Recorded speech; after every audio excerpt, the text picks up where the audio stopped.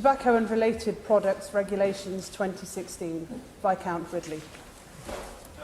Sir, I would first like to apologise for springing this debate on my noble friend the Minister in particular at such short notice right at the end of a session. But he will appreciate why this is an urgent matter.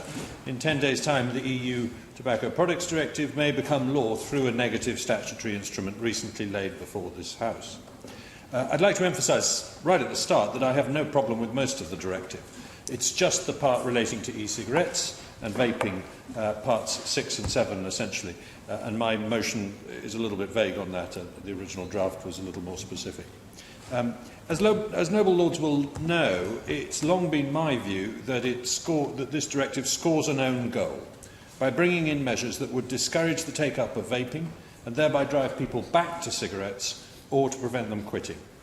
But it's not just me that takes this view. Increasingly, it is the view of Public Health England and of the Royal College of Physicians, whose recent report on this topic is, I think, a game-changer in this debate. So I'm here at the 11th hour to help my noble friend prevent a historic mistake being made, or at least to raise the issue.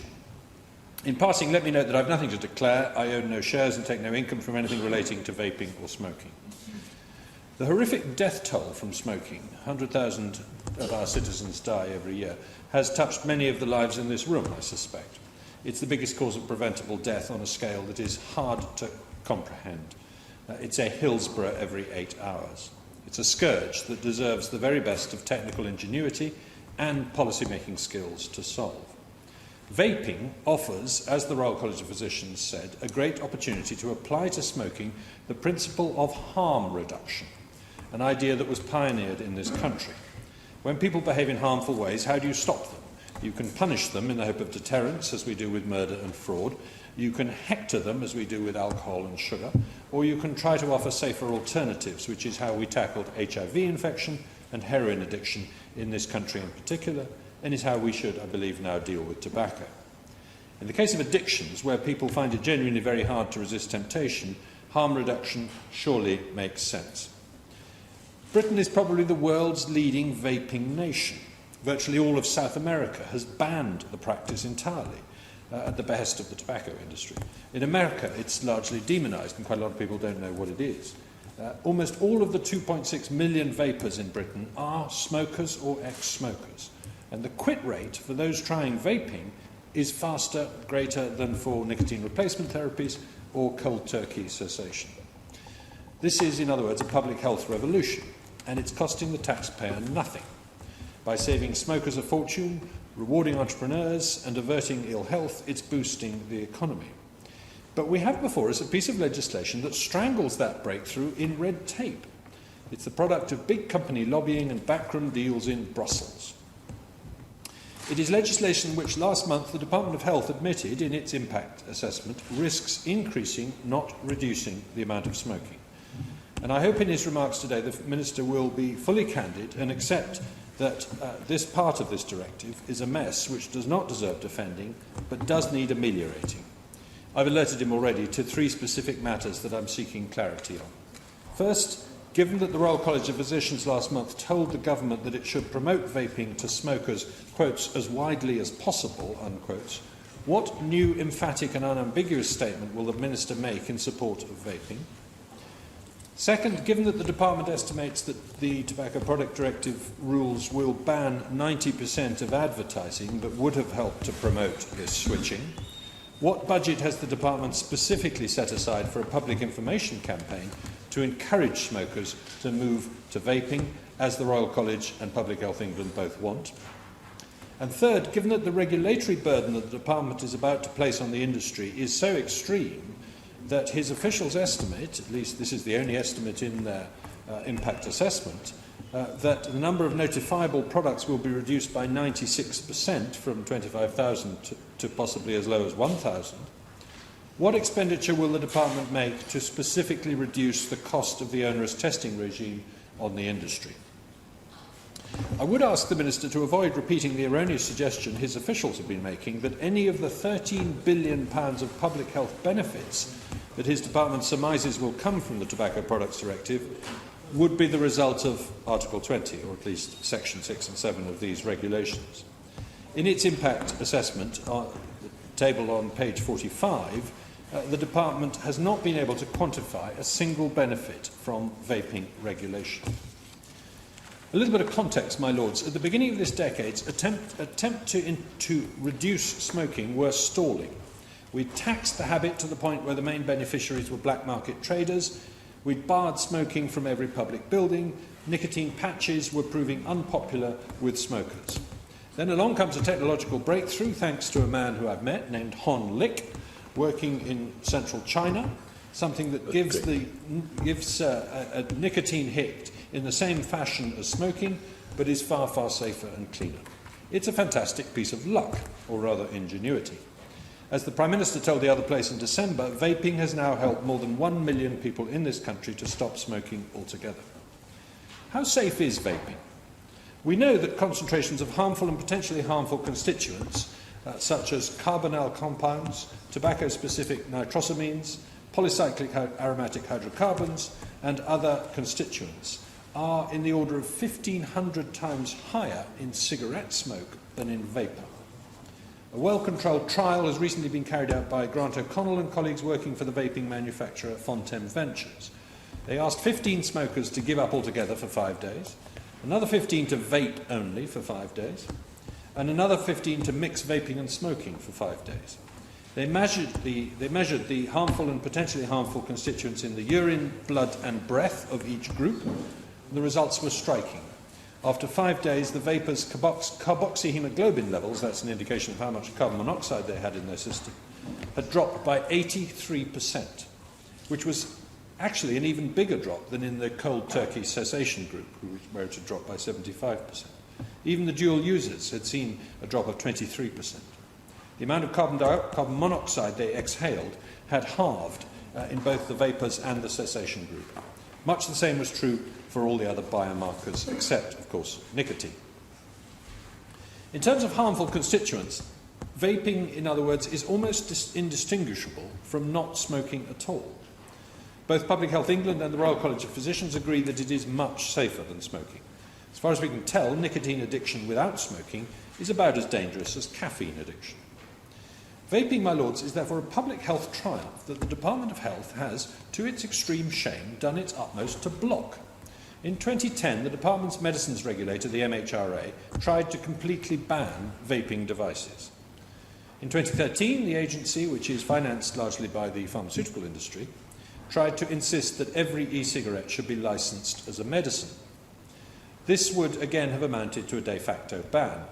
After 6 years of trying, the agency has so far only managed to license one e-cigarette, which is still not available to the public. So if the Department of Health had its way, there would not be 25,000 varieties of vaping product on the market today, but 0. The only winners of the Department of Health policy prescriptions would be undertakers. Thankfully, and my noble friends will know how painful it is for me to say this, thankfully the European Parliament voted down the folly of exclusive medicinal regulation. But it did not vote down the rest of Article 20 of the Tobacco Products Directive, which in that wonderfully undemocratic way is now to be enforced upon us. The truth is that these regulations were scripted in Brussels by pharmaceutical companies desperately trying to protect the sales of their widely unloved nicotine replacement therapies. What we have before the House is still a piece of legislation that is not fit for purpose. When even the Department of Health says that it risks increasing smoking, then we know that we're facing a moral responsibility as legislators to review this in great detail. It most certainly should not be just nodded through.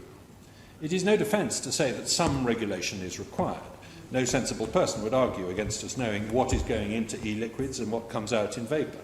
Potential toxins should be tested, as happens with food, cosmetics and other consumer products.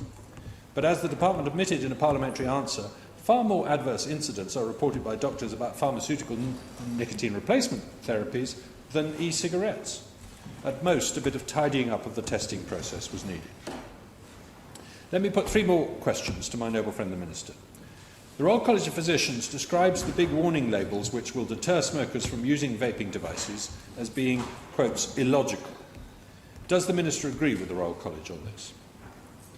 The ban on stronger vaping devices, the very ones most likely to wean heavy smokers into vaping, was criticised 2 years ago by a dozen scientists writing to the Commission, which ignored their advice. Economists now predict that 105,000 extra deaths every year across Europe will result from the ban on stronger devices. Does the Minister agree with this estimate, and if not, what is his estimate? Thirdly, the directive proposes that to cut down the risks of children starting smoking, it is necessary to create a minimum cigarette packet size of 20. Yet it imposes a maximum size for vaping devices. And this miniaturisation will raise prices and generate more packaging waste. Where is the logic in making the most successful substitute to tobacco more difficult to use? My Lords, the Minister has a choice. He could blame Brussels and say this is now a good reason to quit the EU in order to help people quit smoking. An awful lot of the country's vapers, who are natural libertarians, are beginning to take that view. And to dream of the day after Brexit when Britain abolishes the Tobacco Products Directive and goes back to pioneering the virtual elimination of smoking and its replacement by something much less harmful. Or, if the Minister does not wish to turn this into a referendum issue, he can have a very quick rethink and try to alter the implementation of the directives. My Lords, we have a statutory instrument before us, about a third of which is devoted to stifling and exciting innovation that is saving lives. Agreed to. My Lords, I'd like to thank my noble friend Bycutt for raising this issue today, and like my noble friend, I intend to concentrate solely upon e-cigarettes and vaping. I have no views whatsoever on the rest of the directive. I must, unlike my noble friend, declare a fairly major interest in this subject, in that I smoked 20 cigarettes a day, a packet a day, for the best part of 50 years. I tried a number of different ways of giving up patches, chewing gum and willpower, none of which worked until 2 years ago when I took up using an e-cigarette, and I have not had a cigarette since. So I can very pleased to hear the health benefits which my noble friend has described, which I hope I am now enjoying, and I'm very pleased also that I now have the endorsement of the Royal College of Physicians and Public Health England in my course of action. And it is, I believe, recognised by the Department of Health as the #1 tool for helping smokers give up. I don't have the figures, I don't know if my noble friend does, but I would estimate that 99% of people who smoke e-cigarettes are those who are trying or have given up smoking real cigarettes. I cannot really believe that anybody would start using an e-cigarette if they hadn't smoked an ordinary cigarette beforehand, but maybe there are some people who have, I don't know. I can also tell you, your lordships, that it is extremely good for the pocket as well as the health, in that I believe 20 cigarettes now cost something like £9 a packet, a large amount of which goes to the Treasury, of course. And so I was spending £9 a day on cigarettes, whereas now I use a nicotine liquid, which comes in a little 10 millilitre bottle, which costs £5 and lasts me a whole week. So it's very good for my pocket. But also, my lords, I understand that nowadays a large proportion of cigarette smokers do come from the lower income categories of people, and therefore it would be a great benefit to them if they were able to give up smoking cigarettes. I would like confirmation, by the way, from my noble friend, I hope he can give it to me, that the type of liquid I use, nicotine liquid, which is 1.1%, and in 10 millilitre little plastic bottles, will not be banned by this new regulation. I would only conclude by saying that this directive in regard to e-cigarettes was dreamt up in 2012, which actually was quite a long time ago, before I'd heard of e-cigarettes, and I suspect before most people had heard of e-cigarettes. Yet, but like a lot of things which come from Brussels, there was absolutely no adaptation to the fact that e-cigarettes are now recognised as being a good thing rather than a bad.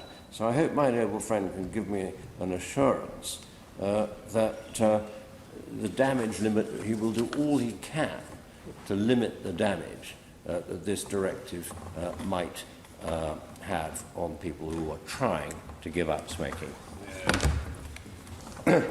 My Lords, can I also pay tribute to the work that my friend Viscount Ridley has done in terms of getting this debate before us today. And it has a great sense of déjà vu about it, as far as I'm concerned, because I was one of the people in the European Parliament that he referred to that helped to get the original decision made against this directive and against the restrictions on e-cigarettes. And I was also the shadow rapporteur for my group and part of the European Parliament negotiating team that sat there until about 11:30 at night in the Burley-Mont, with the Commission chairing it and the Council on the other side of the table, trying to thrash out the very messy compromise that you see before us now in the Tobacco Products Directive. And again, I had no difficulty with the vast majority of the directive. My concern was the sections on e-cigarettes. And before I started working on this, I had no particular knowledge of the subject. But when any dossier is faced before you, the first thing you start doing is reading all of the various publications that they're all listening to all the lobbying and advice and being contacted by constituents. And I was first alerted to it when my email inbox started to fill up with literally hundreds of emails from people all over the country and indeed all over Europe, concerned that these magical devices that they had used to give up smoking were either going to be banned or face severe restrictions. And together with a number of MEPs from all sides, from Liberal Democrats and from the Labour Party in the UK, we started a campaign to try and improve the directive. And I have to say we weren't helped in this particularly by Department of Health officials. Many times I tried to speak to ministers about it to find out who was actually behind the restrictions. Why was there such a campaign on something which seemed to me so self-evidently to provide great public health benefits and harm reduction measures? And I never quite clearly got an answer. I was pointed to a recording of the former Public Health Minister appearing in front of the European Scrutiny Committee of the House of Commons when she was asked why she voted for this directive on behalf of the government, and she turned to her officials and said, but I think the e-cigarette provisions were removed from it, weren't they? Which I think shows a worrying lack of understanding of what she was voting on behalf of the government. Nevertheless, we ended up with the directive. It was a very messy compromise. It was very badly worded, but it's a lot better than it could have been before we campaigned on it. And I think Lord Viscount Ridley is quite right to point out the somewhat murky role of various pharmaceutical interests in producing this. When I started asking questions in the Commission and elsewhere and in the Council about, it seemed to me to be self-evident that these devices were brilliant in terms of reducing tobacco smoking, which is, I thought, what we all wanted. Indeed, why were they even in the directive in the first place? It's called the Tobacco Products Directive. E-cigarettes are not tobacco products in any sense of the word. And the answer came back to me many times that this was argued for, fought for and lobbied for by the pharmaceutical industry, who of course had an awful lot to lose out on if it supplanted and replaced their nicotine patches and gums. I don't know the truth of that, but it seemed to me that they were very successful in getting what they wanted. I agree completely with all the points made by Viscount Ridley and my other colleague, but let me make two additional points. First of all, in terms of advertising, the Royal College of Physicians has a proud history at the heart of tobacco control. Since its first report on smoking and health in 1962, it has been an intellectual leader in the field and is worth listening to.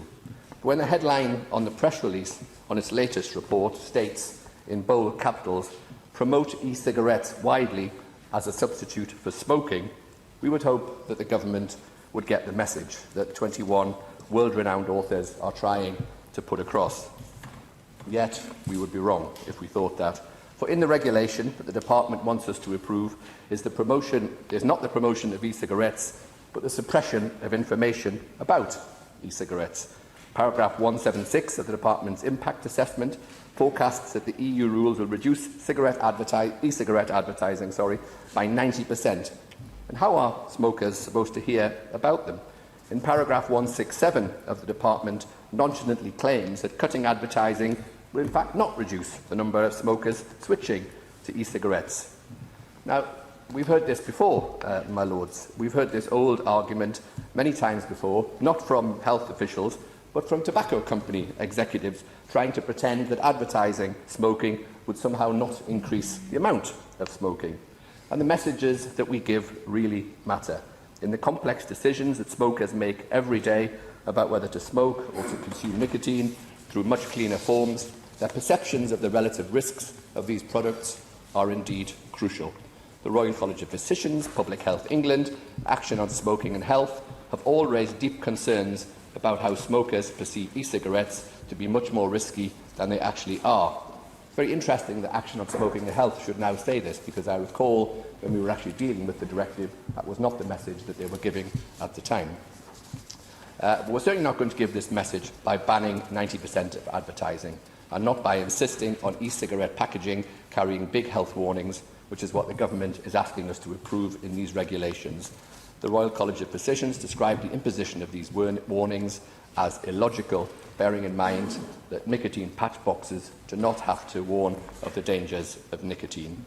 Much of the problem stems from media reporting of junk science, and the worst example was a headline in the Telegraph in December screaming that e-cigarettes are no safer than smoking tobacco, a nonsense report based on junk science. The second point that I want to raise today is that of novel tobacco products. There has been a number of new products being introduced in this category, particularly products called heat not burn. They're very interesting developments, and there are a range of other alternative products in development as well. Some not coming to market, some coming to market which contain tobacco but work by heating it and not burning it. And the absence of combustion here is the key, because of course we all know, as Viscount Ridley has said, that the harm from smoking is caused primarily through the toxins produced by the burning of that tobacco. In 1976, Professor Michael Russell wrote that people smoke for the nicotine, but they die from the tar, which the recent Royal College of Physicians again reflected in the title of their recent study on e-cigarettes, Nicotine Without Smoke.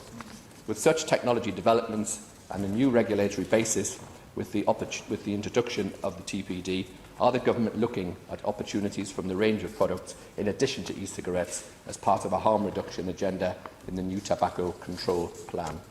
My Lords, this is truly a terrible piece of legislation, which I plead guilty for playing my part in helping to produce in the first place, but it's not too late to undo some of that harm and to help to increase and encourage the taking up of e-cigarettes and the consequent reduction in tobacco consumption.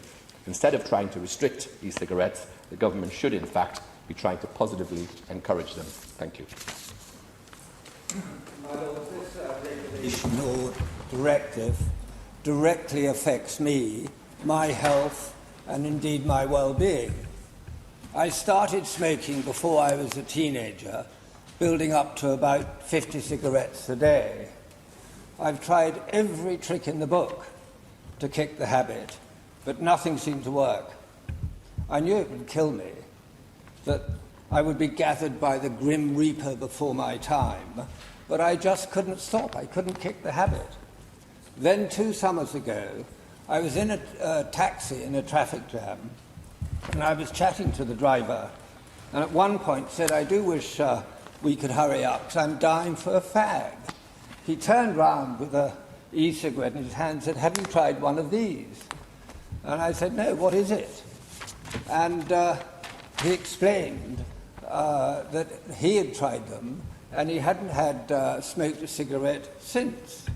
He kindly wrote down the details for me to Google, but he did insist that if I did try these e-cigarettes, I must try the strongest strength I could get, because if I didn't, I wouldn't get the necessary nicotine hit, and I'd be back on fags in no time at all.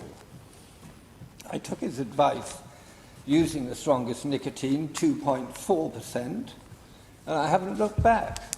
I haven't even had one puff of tobacco since 2 summers ago, rather like my noble friend Lord Brabazon. So, my lords, they do work, and they do help people to stop smoking. My lords, as we've been told, there are 2.6 million people vaping in the UK. 40%, like me, are ex-smokers, and 59% are dual users. They both vape and smoke. And I think your lordships will agree that a single vape is better than a single drag on a fag. Interestingly, only 0.2% of under 18-year-old non-smokers have tried vaping, although continued use is negligible. Research conducted by Cancer Research UK found that smokers who vape are 60% more likely to quit than those that use willpower or over-the-counter nicotine products. My lords, these statistics demonstrate that vaping is used almost entirely, 99%, by current and ex-smokers. 61% of them say the sole reason for vaping is to stop using traditional tobacco products. So why have we got this directive, these regulations? Our masters in Brussels believe that vaping could provide a gateway to smoking, that these tough new laws are necessary to protect non-smokers, particularly children, from using e-cigarettes. But, my lords, as I've tried to explain, there is no evidence for this. 99% of those vaping are current or ex-smokers like me. And as for children, as I said earlier, only 0.2% of under 18-year-old non-smokers have tried vaping. So, my lords, there is no evidence that vaping is a gateway to tobacco, and no evidence that vaping products influence children. And vaping is estimated to be 95% safer than smoking. You would think Brussels would want to encourage vaping. So where do Brussels get their evidence that vaping is harmful? I just don't know. Or have Brussels been got at by the tobacco lobbyists who have seen their sales of traditional tobacco fall, or indeed the pharmaceutical industry, as the noble lords, Lord Callan and Ridley have already suggested. So, Brussels are banning advertising, e-cigarettes must carry health warnings, and nicotine strengths are to be restricted. To my mind, restricting nicotine strength to 2% will be particularly damaging. And I would say that, as I still use the 2.4%, as do about a quarter of e-cigarette users. By taking up vaping, I hope to keep the Grim Reaper at bay for a little longer. I just hope when I run out of my 2.4 nicotine supply, and am forced to use the weaker nicotine, that I don't switch back to smoking. And that is the danger for many users of e-cigarettes. My lords, perhaps by the time I do run out of my 2.4% nicotine supply, stronger nicotine may be available on the black market, with all the dangers that that will entail.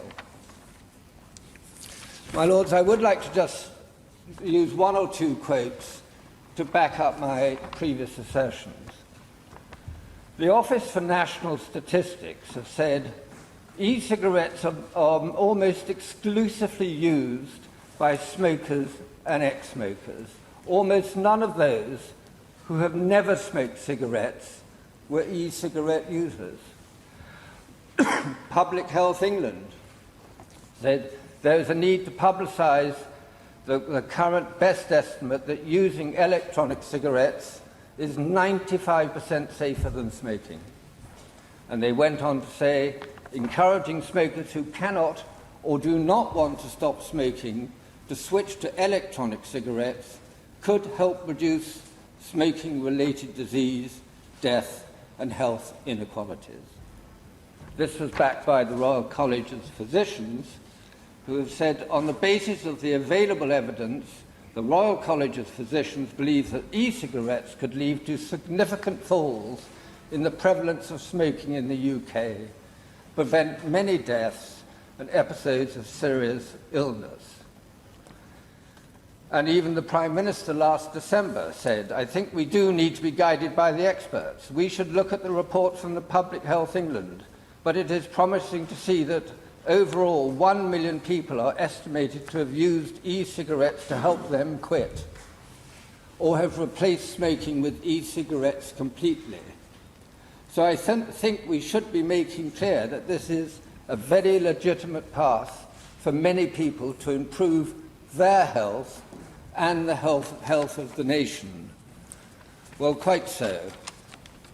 But I don't know what my noble friend the Minister is going to say when he responds, but I expect him to support the regulations and the EU directive. There is very little else he can do. Our masters in Brussels have told us to jump, and sadly the only thing that the British government can do is jump. Until June the 24th, of course. My Lords, I should first of all declare an interest, because this is a tobacco and related order, since I'm an associate member of the Houses of Parliament Pipe and Cigar Club. I'm an associate member because I'm a non-smoker, so they tolerate me. And I'm pleased to be a member of that association or club because I believe that the attitude towards smoking has been quite absurd in many respects, and measures have been taken against the smoking population, and I'm talking about the adult smoking population, which are not appropriate in a democratic society that should allow adults to make choices about their lifestyles and not to have them dictated to by government.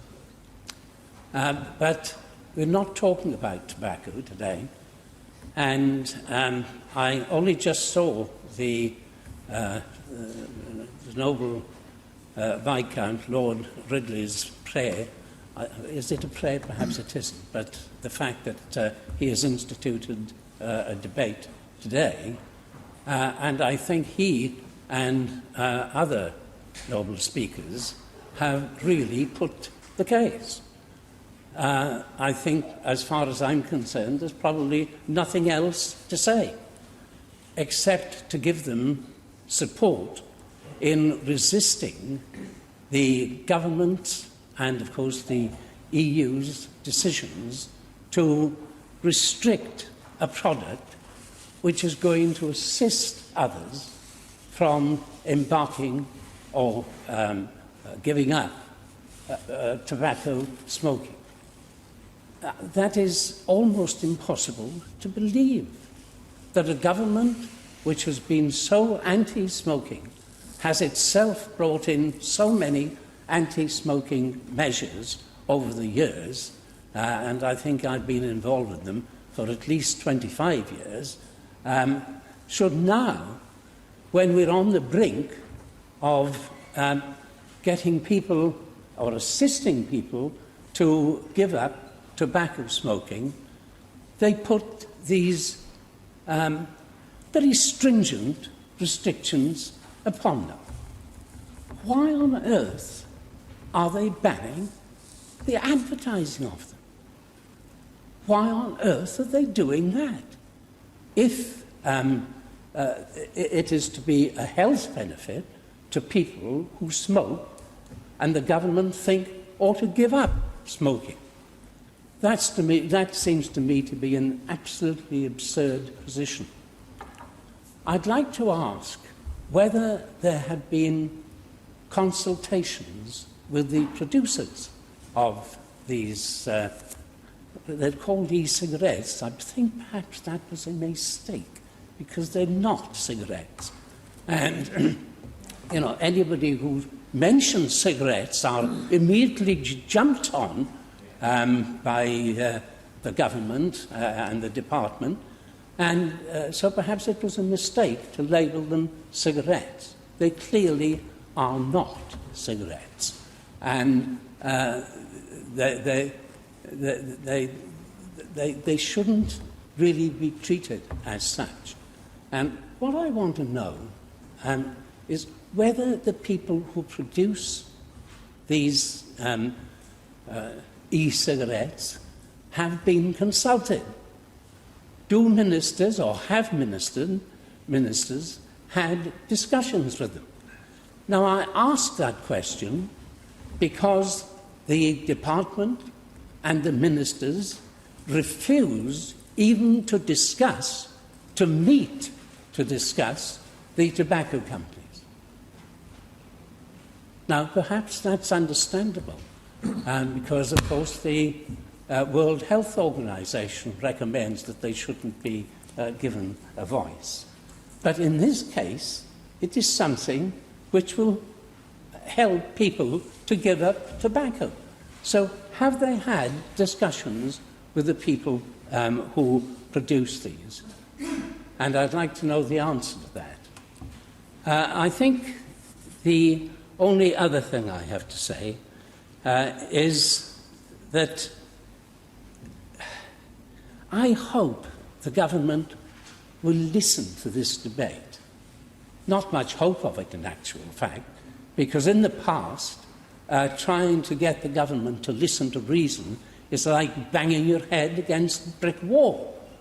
It doesn't matter what you say, they've got their policies, and incidentally, when they get into government, they often change them. And I can remember sitting in this room on the other side of the of this chamber, listening to a previous health minister speaking, not voting, but speaking against some of the measures which were being introduced by the Labour Party. Like, for example, the hiding of cigarettes behind blinds. He was against that. And indeed, I well remember him meeting the retailers and saying how a Conservative government would see that this was repealed. But of course, they're in government now, and they're in favour and have brought forward this legislation, not about banning a dangerous product like smoking, but banning a product which helps people to stop dangerous smoking. So I do hope that the Noble Lord, the Minister, will listen very carefully to the experiences of people that have spoken in this debate. And to add that, I have met many people, including a relative, who were heavy smokers but have been weaned off smoking by using e-cigarettes. So I do hope, I'm obliged to the Noble Lord, Viscount Lord Ridley, for seeing that we have a proper debate on this, and I hope the government will listen to it. My Lords, could I, by apologising to the Noble Lord, Viscount Ridley, for missing the first few minutes of his speech. I appear to be jinx on the railway industry just at the moment. Today's excuse for the cancellation of my train was a broken windscreen, which I found pretty unique, but I suppose at 125 miles an hour, as it was at Pendolino, the windscreen ought to be intact for the whole of its journey, so I do apologise for missing the first couple of minutes of what he had to say. I agree very, very much with what has been said, largely from both sides. I don't have any financial or personal interests to declare, although at 74, my generation were habitual smokers. I was surrounded by smokers. Both my parents smoked when I went to work for the railway industry. Virtually everybody that I worked with smoked. But unlike the noble Lord Brabazon or the Earl of Cathcart, I managed to find the willpower to give up about 30 years ago. I did it purely by terrifying myself. It became apparent that smoking and lung cancer smoking was synonymous with lung cancer, and I convinced myself that every cigarette that I lit was the one that was going to give me lung cancer. So eventually I terrified myself into stopping smoking. However, I do not understand the purpose of this SI or what will follow from it, that we are in fact going to ban products that would help people to give up smoking. Like other speakers, I do not believe that someone who is a non-smoker currently would move from vaping to tobacco. Surely it has been proved, or it's obvious enough, that people move the other way from tobacco to vaping, and I can't understand why the government should be so ready to accept this particular SI. That's not to say I'm getting involved in what's going to happen on the 23rd of June. But there is a group of people that I think we ought to, and the government ought to be concerned about, so far as smoking in the future is concerned. I'm, as I go around the country, concerned about the number of young people who smoke, particularly the number of young women, many of whom believe that smoking helps them to stay fairly slim. I was going to say fit, obviously it doesn't, but stay fairly slim. And I think anything that would help them off tobacco would be a good thing. I've no doubt that the two medical doctors who will reply for both sides will tell us that there's no scientific evidence, of course, that smoking keeps you trim. However, I have to, again, quote my own experience. I put a stone and a half on quite quickly when I gave up smoking. No medical reason for that, of course. It is the fact that smokers are anxious to put down their knives and forks and head for the door to have a cigarette immediately after the main course. And once I gave up smoking, I stayed for the ice cream and the puddings and all the rest of it. So I want to know from both the medical profession from both sides of the chamber which will kill me first, smoking or my spare tyre, because they've warned me understandably about both. Mention has been made, my lords, by the noble Lord Callaghan of the reduced risk tobacco products that I understand that the industry are looking at the present time, the heat not burn products. I understand the Chancellor did mention these products in his recent budget. I'd be interested to know from the Government Minister what the Government's intentions are. I fear that if the Treasury act in their usual way under any government, it would be another excuse to tax something as heavily as possible. But I think if we are serious about weaning, and we are serious about weaning people away from the demon that is tobacco, then to ban alternative products which are proven to be less dangerous is far from a sensible way forward. And I'd be interested to hear from both front benches as to why they apparently are supporting this particular SI. My Lords, I just want to say a couple of words on this. First of all, I don't really have an interest to declare. I have a wife who's a very heavily into chain smoking, but I don't smoke, and I let her go on smoking because it keeps her slightly calmer and livable with. And I think it's probably better than her going on to Valium to try and calm her down. I'm a chocoholic, which is a different problem altogether. The reason I'm standing up is because I do think we should separate out in our minds the difference between the harm done from the burning of substances which we inhale and whether there is harm or not in a particular drug that's within it, which is nicotine. And if you separate those two out as two different issues, you realise that this is not the right directive, because this is about tobacco, at the end of the day, is a herbaceous substance which we dry and burn. And that's what it's meant to be about. It's not about whether or not nicotine is a beneficial drug. And I don't know much about it as a doctor, so I'm not a doctor. I read things in the press, for instance, which says that It can help with Alzheimer's and dementia, and some things we say, no, that's rubbish. I do agree with you that it definitely used to be an appetite suppressant. And one of the things I predicted when they cracked down on tobacco is we'd have an obesity crisis. It's one of the few things I've been right about. It happened very quickly. And if we want to prevent all the stomach and overweight problems, you could recommend smoking, perhaps. But still, it's a matter of which way you're going to go. The calming effect is well known for people who are quite nervous and tense. And again, I think that's the nicotine rather than the burning part of it. And the other thing is, I remember we now have signs over the motorways which says, tiredness kills, take a break. In the old days, you had a cigarette when you were feeling tired driving. I know you should take a break, but sometimes 30 miles to the next place you can stop, sometimes you're against a deadline, and it was perfectly accepted the way of keeping yourself awake was with a nicotine hit. And so maybe vaping would do that. But I do think we should not be confusing the two things, and that's the point that I really wanted to make. I think that the noble Lord Stoddard Swindon's point, it was very apt to, which is about not what's in a name. They should never have called them e-cigarettes, because they are not cigarettes. And I think that's a very good point. And that goes back to Noble Viscount, Lord Ridley's point about, you've got to separate out the two issues. And I think that's where he's absolutely right. Two things just to finish up with. One is, this is a directive that we're trying to implement into UK law. It's not a regulation, which means it's directly applicable in the UK. The purpose of the directive is slightly, you should be able to modify it in light of the local circumstances while still trying to comply with the spirits of things. I haven't read the directive thoroughly, or I haven't read it at all, to know whether there should be some room for manoeuvre.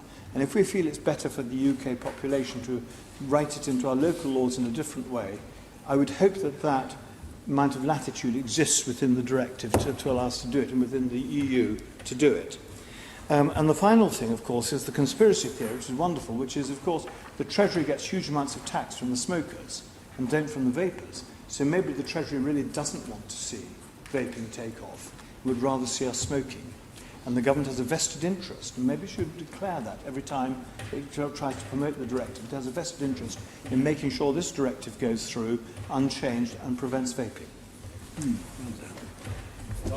It's been a great debate, and I'm very grateful to the noble Lord Viscount Ridley for once again bringing our attention to this matter. It's a pity that we're in Grand Committee and not in the Chamber, but I can understand the reason for that. My Lords, I should declare my presidency of the Royal Society of Public Health, which has, of course, produced documentary evidence on electronic cigarettes. It's tempting to debate Europe, and I'm looking forward to the noble Lord Prior's view on Europe, as clearly it seems to be part of our debate, and looks like we've got quite a long time to wait this evening. I am in favour of remaining in the EU, but I would just remark that this directive doesn't seem to show much evidence. The Prime Minister claimed to have negotiated a new concordat relationship with the EU. And, my Lords, on the argument that if we were outside the EU, we wouldn't be doing this, I'm very doubtful, because, my Lords, the fact is, and I speak as President of the RSPH, there are some elements in the public health world who were prejudiced from the start against e-cigarettes. That clearly influenced the Department of Health, and the reason why it's taken such a really rather mealy-mouthed approach to e-cigarettes.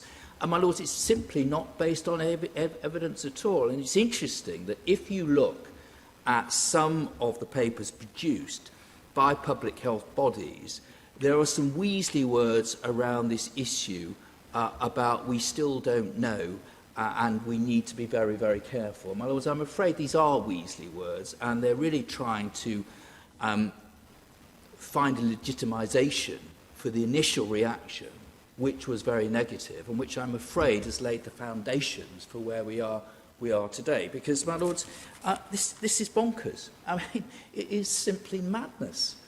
Here we have a product which clearly is a benefit to smokers. There is absolutely no evidence whatsoever that they will be used by non-smokers, which is where all this nonsense has come from. There's no evidence whatsoever. I mean, why would a non-smoker take up these e-cigarettes? It is absolutely bonkers. And the problem that we've got, and why, I mean, the Noble Lord Stoddart and I have debated for many years tobacco issues, and he will know that I've been strongly in favour of very, very strong legislation. I moved the amendment to ban the smoking of tobacco in cars with children only a year or two ago. So, my lords, I'm not at all worried about being very, very tough in relation to smoking, but e-cigarettes are completely different. I don't understand why they're part of the directive at all. I just don't understand why they are classified in the same way. My lords, the evidence is abundantly clear that they are almost wholly beneficial. And my concern, my lords, is that it's also clear that the public are at the moment confused. I mean, my RSPH research revealed 90% of the public still regard nicotine itself as harmful. The Public Health England, going back to September 2015, say in their report, it was a joint statement they issued on behalf of themselves and other UK health organisations, and yet millions of smokers have the impression that e-cigarettes are at least as harmful as tobacco. So, my lords, it seems to me that one of the real adverse consequences of this is that as it becomes known that there are going to be these major restrictions on the promotion of e-cigarettes in the future, that all that will do is emphasise the belief that actually they are harmful. And I don't know what I mean, I've seen the RIA, but I couldn't see there any analysis in relation to the impact that that could have on reducing uptake of e-cigarettes amongst smokers. But I think it's a very important point. So, my lords, I just wanted to ask 3 points to the Noble Lord the Minister. First of all, Viscount Ridley asked him about what was going to happen in terms of investment in smoking cessation services. My understanding is that as a result of the government's cut to the grant to local authorities of public health, in fact, smoking cessation service investment is going down. And I'd asked him whether he could confirm that and say what he's doing to reverse the pattern. The second is, my lords, clearly this is going through because there is no motion to stop it going through.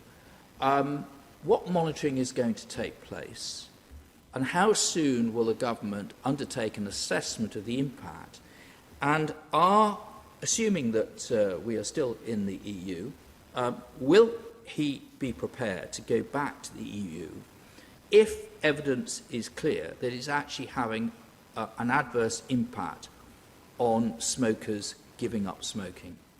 And I hope they can give some reassurance on that. The third issue is in relation to enforcement. I mean, paragraph 53 of the statutory instrument makes it clear it's the duty of each Weights and Measures Authority in Great Britain and each district council in Northern Ireland to enforce these regulations within this area.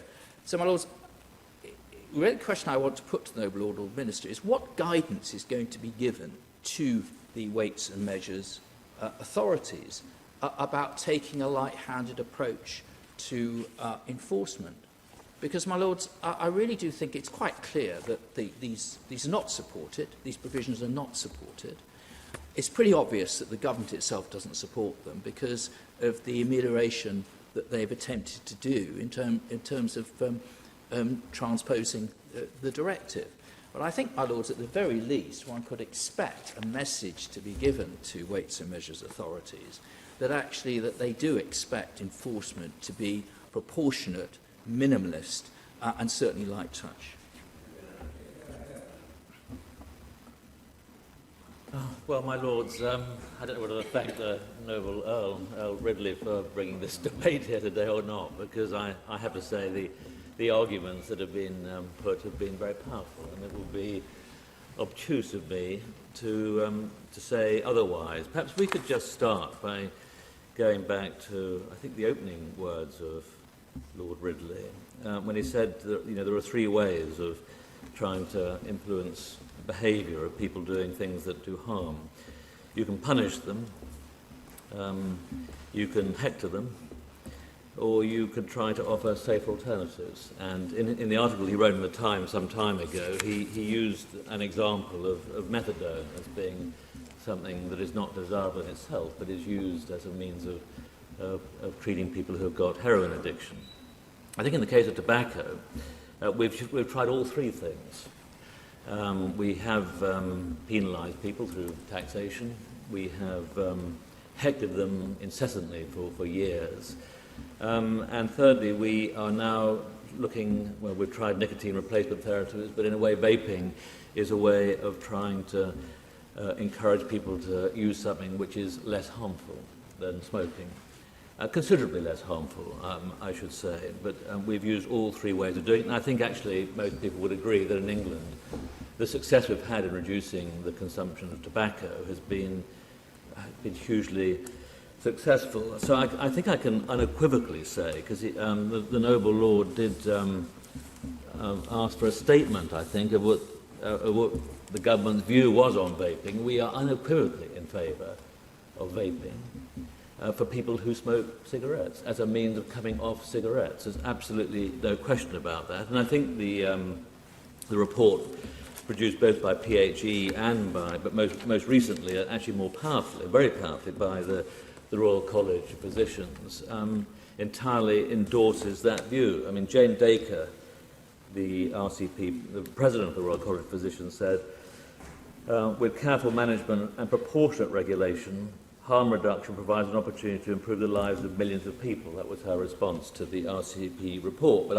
I just picked that out because she used the word proportionate regulation in that. And I think that is what we're discussing today, really. It's not whether we're in favour of vaping or not in favour of vaping. It's whether it's what kind of regulation should be around it. And just on the European bit, as the noble Lord Hunt couldn't resist throwing that in as one of his questions, I'm not sure that if we'd been left to our own devices, we might not have come out with something far worse several years ago, actually. And if the noble Lord was kind enough in his speech to mention the original views of PHE and the MHRA, actually, we may well have brought in a licensing system or indeed banned them altogether several years ago. So I'm not sure whether this is, whether one can lay this at the door of Brussels or indeed our own government. I think that we have been far too quick to resort to regulation in many areas, and certainly I'm wholly in sympathy, as a rule, less regulation is the best place to start. So I think actually what we are discussing today is really whether or not this regulation is proportionate or not, and what damage it may do, or what the unintended consequences of this directive might be. I could just mention, while I have it to hand, that to put the noble Lord Bramazotara at rest, that the concentration that he's taking it at will not be affected. It will not have to become licensed by the MHRA. But sadly, I cannot say the same about the noble Earl Cathcart, whose course on his 2.4% is higher than the 2, which is the cut-off point for licensing. But I'll come to that in more detail in a minute, if I can. Can I just pick up a few of the fears that have been expressed about this directive and see whether I can allay the minds of noble lords today? It has been said that the directive will ban flavours in e-liquids. I think I should be clear about it. It will not ban flavours in e-liquids. What it does say is that flavours that pose a risk to human health should not be used. And I think probably we can all agree that is a sensible rule. There is an additive called diacetyl, which is, I think, used actually for making popcorn in other uses, which I think has, and there are some other flavours where there is some evidence that airways can be inflamed. I think we'd all agree that it would be sensible if we can. The noble lord is looking. Questioning at that, but there is some evidence. I think it was actually in the RCP report that some flavours can cause some damage. It has been said that the directive will ban all advertising and prevent shop owners from communicating with their customers. It does not do that. The new rules do not prevent information being provided to customers, either online or in physical retail outlets. Neither does it ban online forums and independently compiled reviews or blogs. Some advertising will also be allowed, such as point of sale, billboards and leaflets, subject to the rules set out in existing advertising codes, to ensure that these do not appeal to people under 18 or non-users. There will therefore remain a wide range of information on products available to smokers who wish to buy these products. Now, on this point of advertising, it will reduce the amount of advertising. I mean, I take it that they won't be allowed to advertise on television. Am I right? But I see on television adverts, other adverts from the pharmaceutical companies, Nicorette and that sort of thing. So why on earth should these products be treated any differently? I think, my lords, that what the directive is trying to do, and it may not be doing it very well, but what it's trying to do is to differentiate between smokers and non-smokers, and particularly non-smokers under the age of 18. So it wants to encourage information to be given to smokers, but does not want to risk the unintended consequence of normalising vaping so that other people who don't smoke start doing so. That is the purpose behind it. Now, if we find, another question raised by the Noble Earl, Lord Ridley, was about how much money we will be spending on public information. I mean, I think if there is evidence that the impact on advertising is such that smokers are not getting the right information about switching to e-cigarettes or vaping, then I think there will be a very strong case to be made for a public information campaign to correct that. But I think we'll have to wait and see to see the impact that the directive does have on advertising. It has been said also that the directive will ban certain types of product and make those available less effective. No current type of e-cigarette will be banned. In addition, I think it's worth noting that this is a fast-growing and innovative market. I think, actually, I read somewhere that Goldman Sachs had put vaping down as one of the 8th most disruptive products being marketed in worldwide at the moment. It is a highly disruptive and innovative market. We don't know how many products there are, but it's somewhere between up as many as maybe 25,000 different products in this market. It is a new and very dynamic and innovative market. So we are persuaded, or officials are persuaded, that there will be still, after this directive comes through, there will still be many, many products on the market. Concerns have been raised about the cost of notification. These are the products that are below 2 milligrams per mil. The MHRA has announced the feed for notification will be £150 per product. Has been leading work with our partners in other member states and UK industry to develop and publish pragmatic guidance on the reporting requirements to minimise the burden on business. So we'll have to wait and see, but I don't think it will be right to assume that there will be a massive diminution or a significant diminution of the number of products in the market. Lastly, concerns have been expressed about the limit of 20 milligrams per mil, which will not meet the needs of smokers who are most addicted, and they will be unable to benefit from the harm reduction potential of these products. Again, this is not the case. Higher strength products can still access the market after May 20th, but they will need a medicines licence. And indeed, the government would welcome a wider range of applications for licensed products. The Noble Lord Ridley said that there was one at the moment, which is true, and that it's not been properly marketed, but the government would welcome more products in this space, so they can be made available to those like the Noble Earl Cathcart, to those who need and will benefit from them. We know the most commonly purchased products are below 20 milligrams per mil. We don't know the exact number of those above that limit, and that this strength of 20 milligrams per mil or below meets the demands of the majority of current users and balances the risk of exposure of nicotine to children with the needs of users. Last week, the European Court agreed with this assessment, ruling that the provisions set out in the Tobacco Products Directive, including those limiting strengths, were proportionate and valid. I think where we are with this directive, it will be a massive unintended consequence if, as a result of this directive, fewer people gave up smoking. It will be. Sorry. Yeah. Well, it will be. But my friend, allow me. It may well be unintended. I wouldn't know what is in the intentions of the curious people who devised this, but it is certainly an inevitable consequence, and it's the consequence that matters, not the intention. The intention of the regulation is to make vaping safer and less variable than it currently is. And by making it a better product, causing more people to use it. That is the intention of the directive. If it does indeed result in smokers not giving up smoking, then it will have achieved the reverse to what the government wishes to do. Because we are absolutely clear. The government's view is clear that we wish people to give up smoking. We wish them to quit altogether is our intention.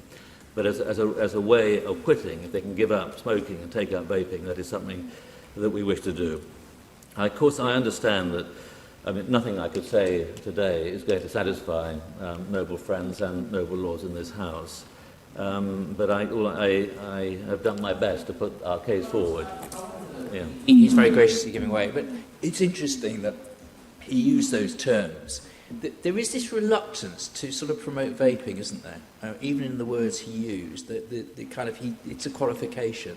So the government will prefer everyone to give up smoking, but if not, then they're kind of half-hearted. It sounds like there's a half-hearted. Now, I understand why they're in that position, but the issue that I raised with him is that the evidence is the public are actually confused.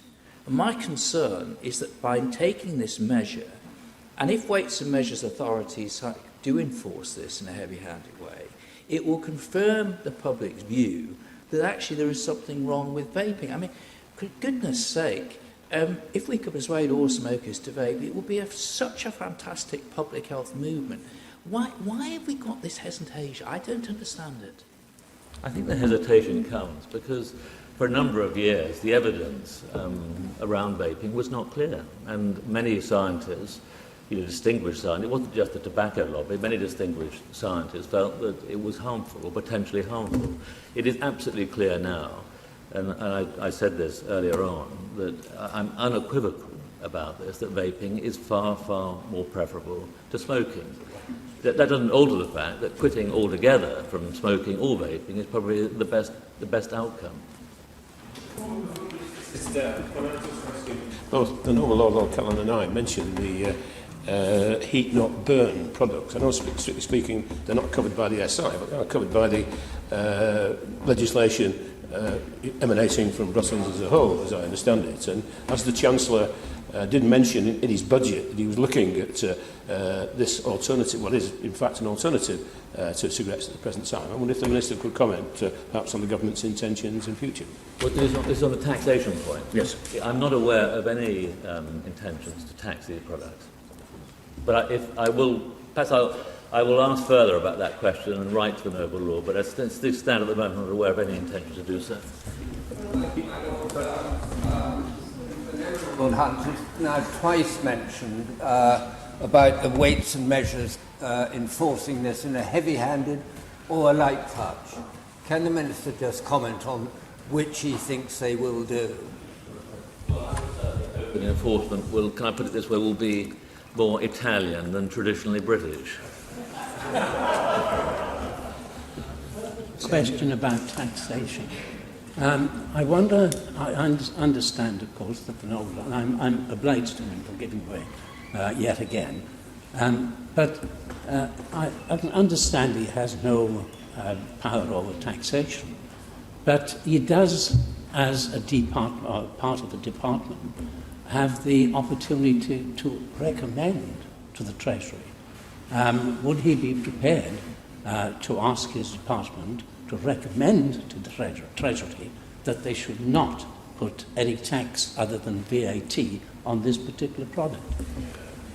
Well, so I'm not responsible for public health in the Department of Health, but I will talk to my noble friend, my honourable friend Jane Ellison, who is the Minister for Public Health, and put that view very strongly to her. My Lords, I will be very brief because I know that others are waiting to start another debate. I'm most grateful to all noble Lords who have spoken in this debate: Lord Brabazon, Lord Callanan, Lord Cathcart, Lord Stoddart, Lord Snape, Lord Errol, Lord Hunt, Lord Pryor. I'd say to Lord Snape that I think he looks in extremely good shape to me. He didn't get his the advice that he was looking for on his health, but and I'm not medically qualified, but he looks fine to me. And I do. What are his medical qualifications for reassuring me? I withdraw the advice.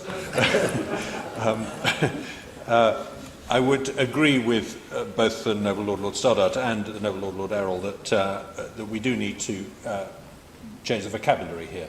And indeed, I do actually myself now use the phrase vaping device rather than e-cigarette whenever possible, because I do think it makes more sense and it's a shorter word for a start. I was also fascinated to learn from the noble Lord Errol, or rather to recall how one kept awake on motorways before Red Bull was invented. I didn't realise that cigarettes had that effect.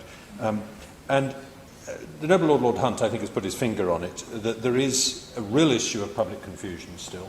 We've seen it in opinion polls recently, that people have increased their suspicion of this product over the last couple of years because of the misinformation studies that were cited by others. And the issue of harm is a very tricky one to get across to the public, because you cannot say these are absolutely safe or that they're good for you, which conceivably, they're certainly good for smokers, but are they good for in the absolute terms? No, but that's not the point. The point is harm reduction. The point is relative harm.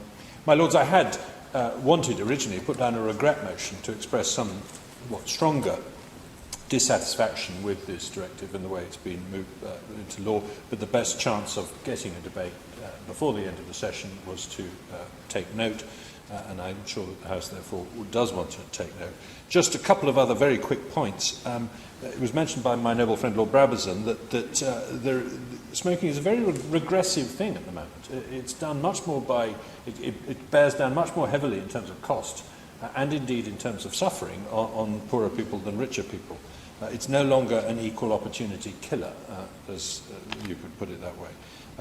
But I am most grateful to my noble friend the Minister for a very different tone in his response to when we first debated this, maybe I think 2 years ago in this very room, not from him but from his predecessor, and for his very unequivocal statement that this is a good thing for smokers to take up vaping. And I also am very encouraged to hear him make the point, and I will press him on this as we go forward, that although this directive prevents advertising, it does not prevent a public information campaign to get the point across to smokers. And I think that with that and the promise of Italian light-style implementation, do I withdraw my, or take... Beg to move. I just beg to move, that's the phrase, thank you. Question, is this motion be agreed to? As many as are of that opinion will say content. Contrary not content.